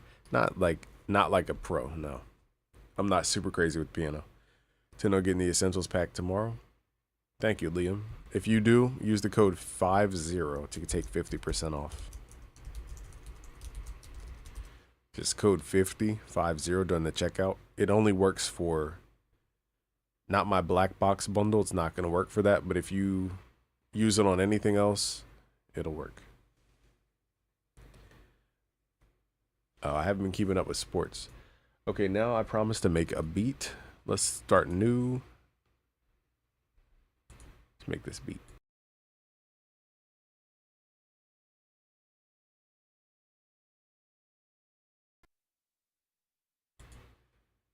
Yo, which I got money riding on the lines or something. Detroit Lions playing right now.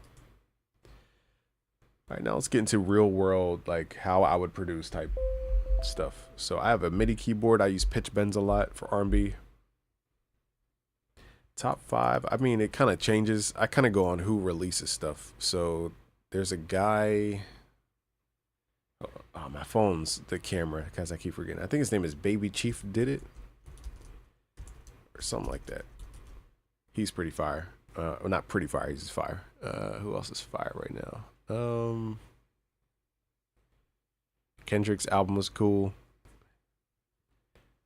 A lot of replay value to it, in my opinion. That's really it. I can't think of anybody else I'm really listening to like that.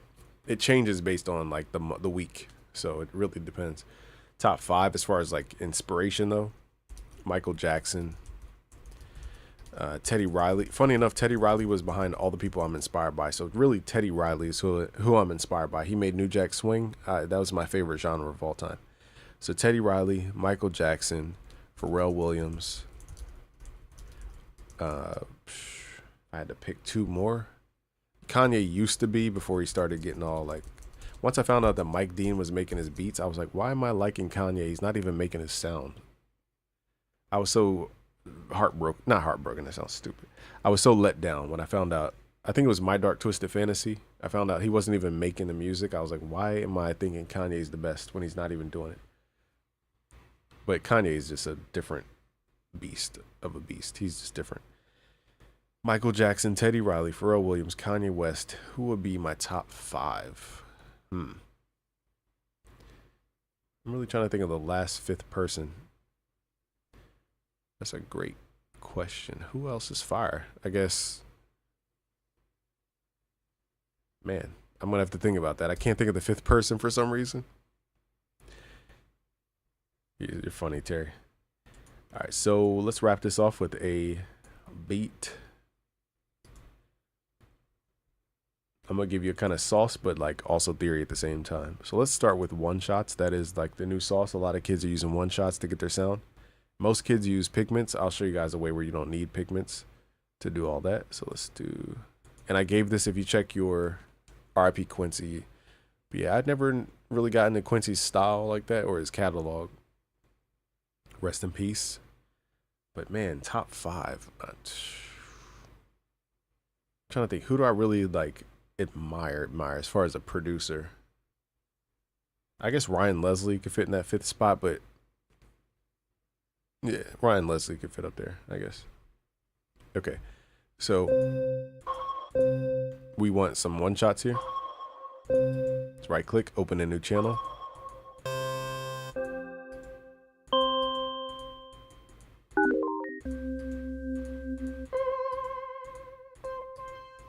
Okay, now that we have these one shots, we're going to open up what's called a layer plugin. Layer will allow us to trigger different one shots. Layer, where are you? Layer. You have to have the layer plugin open to do this. Highlight in your channel rack all the notes. I mean, all the separate one shots you want. Hit set children. So now when we play the layer, it will play all those notes at once. Now we need to go to each individual note. Go to mode, stretch mode. Larry O showed me this. And what this will do is make each note equal, no matter if I'm playing long notes or short notes. We're going to take off the loop point there. Make these all stretch notes, stretch modes. We're going to take off loop points. Boom. I guess we could leave loop points on technically, but I'm not sure how that works if we hit a key and let it go. We'll see. I might have to take loop points back off, but let's leave them on for now. Invented 808s. Now most people would use the layer that way, just playing all the notes at once. All right, so I do need to turn these loops off. But what I'm going to do is show you something here. Let's click on where it says random. And now every time I trigger a note, it picks a different one shot. So now we can create really unique stacking of chord voicings. Let's call this 90. This is more like modern R&B. Hold on, I'll show you guys what it sounds like in a second. Give me a second. Let's save this project. But again, I appreciate y'all for being here. Just trying to add value because I was off for about 3 months waiting for a computer to be fixed. Thank goodness it works so far. Let's turn the portamento up on most of these samples. Let's do like 3 of the samples. We're going to add portamento. So that's just like pitch bend to it.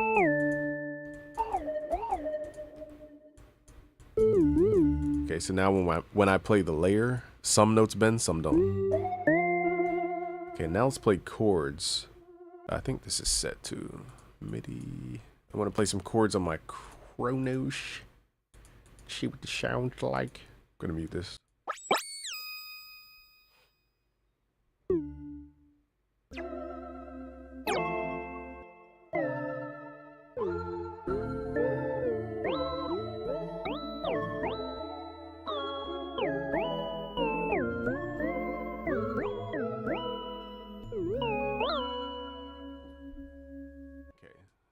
Check.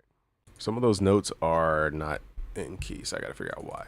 I think it's the portamento is taking too long to pitch bend the notes. So let me take that off for a second.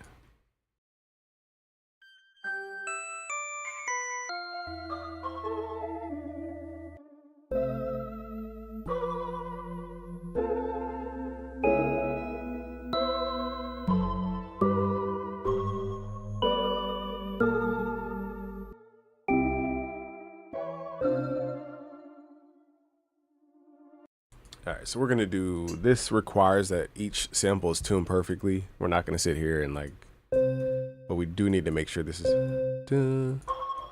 see how that's not really tuned?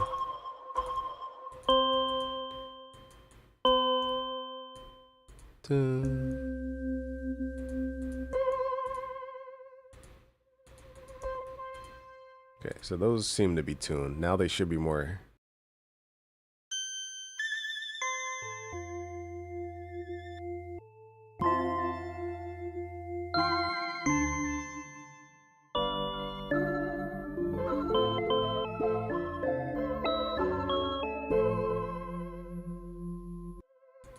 Probably should have picked better one shots that actually match, but that's the technique. You guys could try it. It does sound cool. I'm not making it sound cool in this video because I'm just not going to sit here and figure out which tone doesn't match. Just too much work. But technique, you guys could try at home. It does sound a lot cooler than the way I just made it sound. You just got to trust the process on that one. Let's make some modern R&B. Let's start off with like an accent of some sort. Let's do, where is it at? SRX World. Oh my goodness. I already logged in. Give me a second, y'all. Roland's making me log in after I already logged in a second ago. Give me a sec. Roland Cloud. Plugin company makers. When you make plugins, why do you make us log in to the plugin? This is such a pattern destroyer. And I just authorized these plugins like a second ago. That's the crazier part. Okay, now we got it back. Boom. Boom. People will be like, yeah, show me how to make R&B. And nobody shows up to the live stream. Isn't that crazy? Like, y'all ask for stuff that you don't really want. Okay. Let's click on category. Let's go to some wind. Let's try it.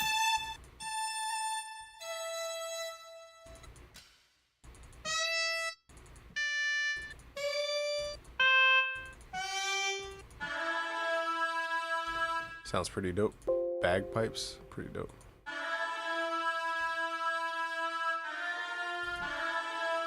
Okay, let's do 130.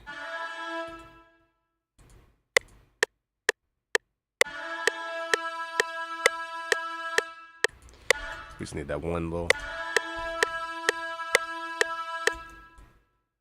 All right, now let's move super quick here. Let's do some chords. I'm trying to think of what plugin would I use to create the chords. Let's use my own plugin, busyworksbeats.com/hypnos.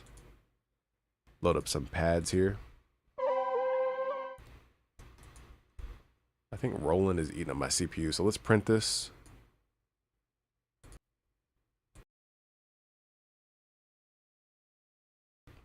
Yeah, one thing about some Roland plugins, they will just eat up your CPU. Arturia is the worst though.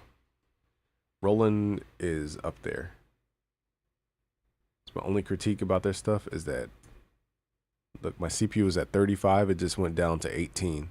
That was one plugin. Took 17. What up, Murtaza? Appreciate you. Yeah, I want to do a giveaway with your audience, because I mean, you constantly just make video and video. I'm like, what could I do to add value to you to where you get people to sign up to your email list? Or I don't know, I see you do the comment to get the thing. I don't know if you have a mini chat set up, but what I mean, the way I'm thinking of it, we could possibly have, I don't know how your mini chat thing is set up, but if you have it like a keyword, like comment the word hypnos, you know, for a chance to win or something like that. And we do the first 20 people to comment, and then it automatically triggers your mini chat. I don't know, again, what you have set up. And then they could have a link to the download just right there. Or we could do, I don't know, you know, I don't know if you have an opt-in page or something for emails, and then we could do like a giveaway. Basically, we could do a, what is it called? Where we randomly pick, can't think, like a giveaway? I feel like I'm not saying the right word. You pick the winner randomly. I forget what that's called. Sweepstakes. Bro, how much did you pay a coder to make your plugin? I made my own plugin. Yeah, plugins are very expensive. I'll tell you guys, it used to be, my first plugin cost me $1,000. Second plugin cost me $12,000 just to license it. That's not the graphics and all the revisions. It's just to license it. So you're looking at really $20K. And then the third time I went to make a plugin, they said 60 to 80. I was like, y'all are crazy. So I was like, I'm making my own plugin. So that's how it worked. I want to do that. Dope. Okay, I'll send you the link to the product, and then you could determine how you want to like disperse that or whatever the term is, give it out or whatever. That way you can control like how it flows, so it's not like all janky and stuff. But yeah, I'll just give you the link to everything, and then you could decide whatever you want, basically. So I don't know if I set you up as an affiliate. I also have an affiliate for my training stuff. Actually, you know, I kind of forget half the stuff half the time, but you'd be dope if you're down for affiliate stuff. I also have affiliate for the courses and all that type of stuff. So you could actually earn, you know, up to 80% of anybody you send to the website. I start people at 30 because, you know, we have to build trust. Then it goes to 50%. Then the top is 80%. So you're actually going to make way more money than me off the affiliate thing than I am, because you're generating all the traffic. So that's how I operate. But yeah, so there's definitely that. We can set that up too. Let me write this down because I'm going to forget. But yeah, you've been solid. there's very few people who follow up, and you're one of the people who follow up constantly about like doing content and stuff. There's people that I was supposed to collab with months and months ago, but stuff got in the way. So I feel bad, but I'm like, dang, I gotta go through all my DMs to re-trigger all those conversations. But you make sure you follow up, so that helps me remember stuff. Let's add this chord here. And also let me I don't want this to be about just me either. You know, I used to hate when companies would be like, yo, Busy, our new plugin's coming out. Make a video about it. It's like, okay, what do I get? So if you have stuff, let me know, because that way we can actually push each other as opposed to just, you know, being one-sided. I used to hate that. Not used to, I still do, really. All right, so anyhow, I'm glad you could pop in so I didn't have to explain that.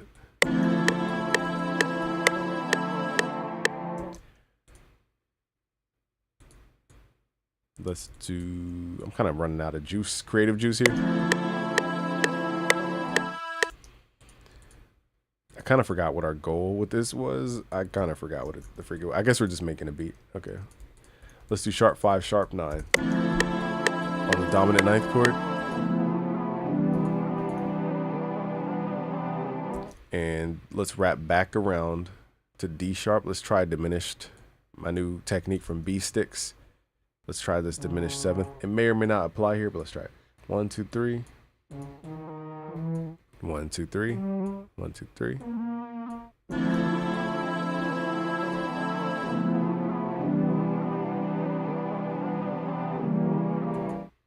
Okay, so it sounds like it will loop. Let's use that sparingly though. Yeah, so I'm gonna DM you. Thank you, Murtaza. My phone is the webcam, so I can't like mess with my phone right now. But yeah, I'm definitely gonna DM you the link to the everything bundle that you can give away to, you know, 20 people or whatever you feel fit. And then if you want to join the affiliate thing. All right, let's go here. Now, I didn't set up the affiliate for the plugin yet. I'm trying to think, where did I host the plugin? You know, it's so complicated. One of my plugins runs through Shopify. Another one runs through Stripe. And my courses run through this platform called Thinkific. So the affiliate system would have to be 3 different things per thing. So I'm going to try to simplify that for the plugins to make that work for you. I just got to figure out Stripe's way of doing that.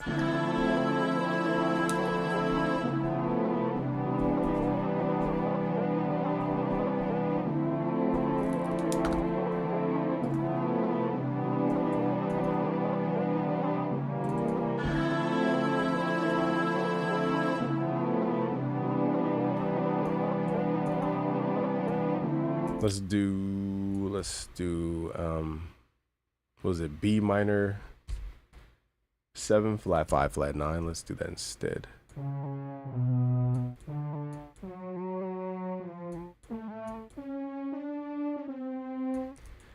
And how do we do that again? I think we raised, man, I should have wrote this down from before because we did so many chord voicing things. I do remember it was the 2 into the 5. I think we raised D, if I'm not mistaken.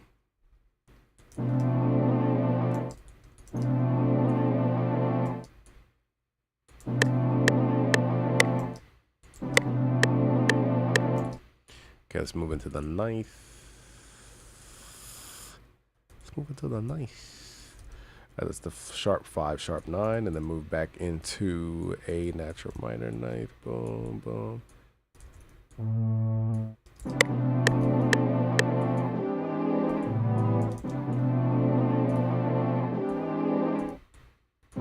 we go. All right, so that took a little bit. K96 is I'm in sales and have plenty of experience as an appoint setter. Dope. Do you have, what I'm realizing too, and I appreciate that, that's super dope. I do want to build out a sales team. The only tricky part about sales is that for this world, at least, people have to have experience. And you seem to have the experience because you were here even before we talked about sales. So I'm not talking about you, I'm just meaning in general, is that we can't just hire a sales force to expand like a regular sales force outside of maybe the educational part, because you have to know the craft in order to understand what people's actual problems are. Sales to me is really solving people's problems and creating enough risk reversal so that they feel justification to exchange for the transaction, but it requires trust. And it's like, how do you build trust if you've never been, not you, if the person has never been a producer, doesn't even know the difference between chords and, you know, the struggles of FL Studio? It's like going to be half impossible to be a salesperson, no matter how much skill they have. And so that is why building a sales force in this industry is a little bit, at least I found it a little bit more nuanced, because you have to find, it's almost like a video editor. Yeah, you can hire a video editor, but you have to find video editors who know the craft to know what to zoom in on, what not to cut out, what to emphasize when you're saying whatever it is.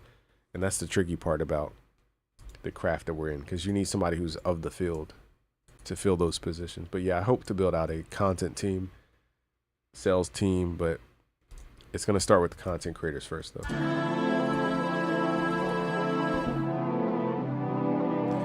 I'm going to swap out these sounds real quick, and then I'm getting tired, y'all.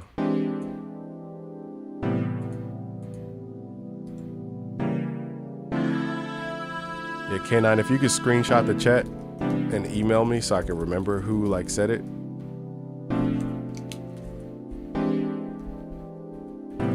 That's my contact. But again, you, and really in modern day though, it's like to sell something, we gotta make content to sell. So, but you said you're an appointment setter. I guess for my business, I would think, okay, what is the appointment? I don't really have a service business, but you know, I hope to expand in some kind of way. I just want to make sure it's valuable to the audience though. But I'm always willing to be open to like your mindset and stuff.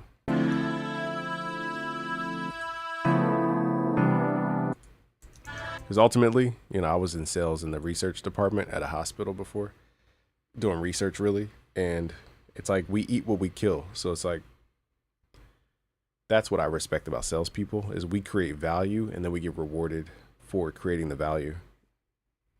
So that's what I can always respect.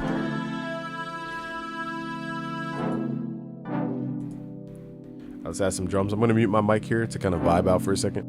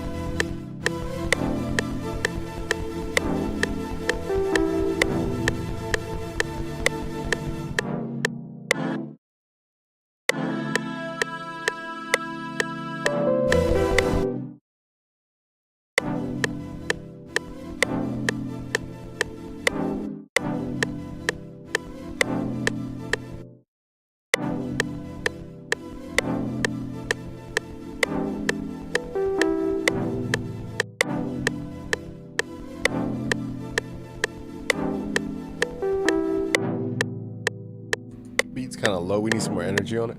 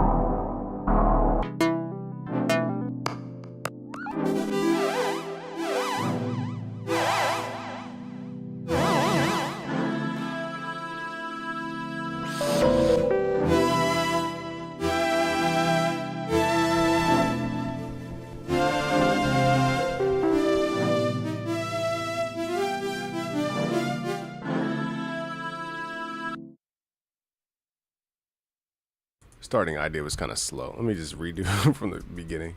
All right, I'll do one more beat. I gotta wrap this up, y'all. All right, we've been saying that for like 2 hours, right? All right, so main thing is really just catching a vibe. Let's do drums first. I feel like we're just doing too much music. Let's do some Battle Cat type vibe. Oh, you know what? I have a beat from the other day. Let's finish that beat. Where's that track? Battle Cat, here we go.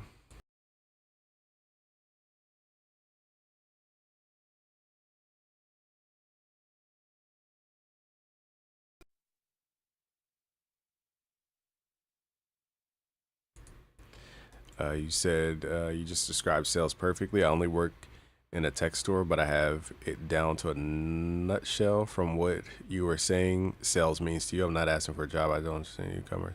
Oh, no, I was just talking out loud. So if you ever hear me just going off on tangents, just talking out loud. Oh, there's a major delay on this thing. It's this here.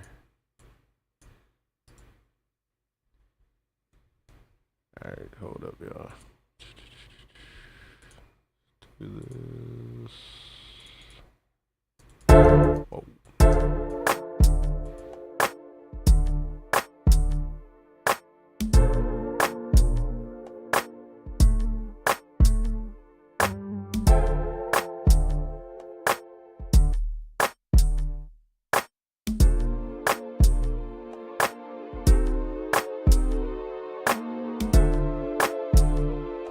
Let's just add a little bop to this and we'll wrap this live up.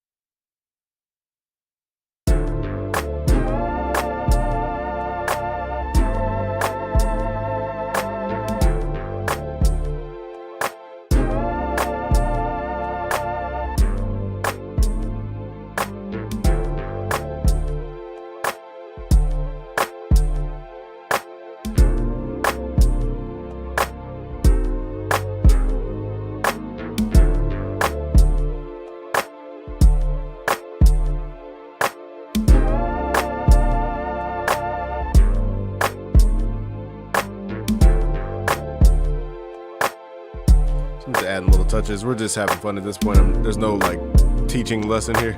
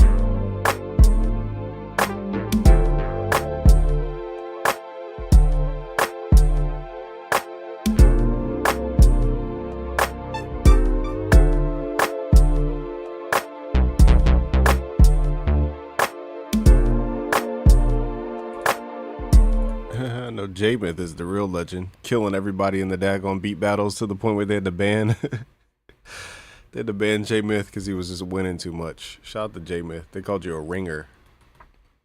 Never forget that from Producer Grind. They got so offended that you were that good. J-Myth is the real legend, yo. I'm just freestyling on the keyboard. Let me just add one more bass though.